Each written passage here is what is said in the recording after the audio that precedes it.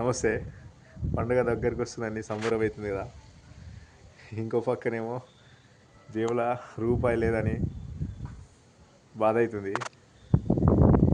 ఒక్కోసారి అనిపిస్తుంది నిజంగా, ఈ అమ్మ మా అయ్యా నేను చిన్నగా ఉన్నప్పుడు 4 రోజుల ముందే పండుగకి నాన్న నాకు ఈ డ్రెస్ కావాలి, నాన్న నాకు ఈ డ్రెస్ కావాలి, నాన్న నాకు 2000 కావాలి, 3000 కావాలనగానే సరే అంత అడిగినంత కాకుండా ఎంతో కొంత కష్టపడి బాధపడి ఏదో చేసి ఆడ ఈడ అప్పు చేసి బట్టలు కొనిచ్చేటోడు.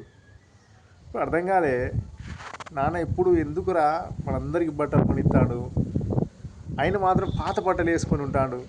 పాపం నువ్వెందుకు కొనుక్కోవంటే, నాకు ఉన్నాయి బిడ్డ, ఇవి సరిపోతాయి, మంచిగానే ఉన్నాయిరా అని చదువుకునేటోడు. మనం కొని వేసుకుంటే తను చూసి మురిసిపోయేటోడు. ఇప్పుడు అర్థం కాకపోయేది నాన్న త్యాగం అంటే ఏందనేది. ఇప్పుడు అర్థమవుతుంది తండ్రి స్థానం తీసుకున్నాక తండ్రి గొప్పతనం ఏంటో.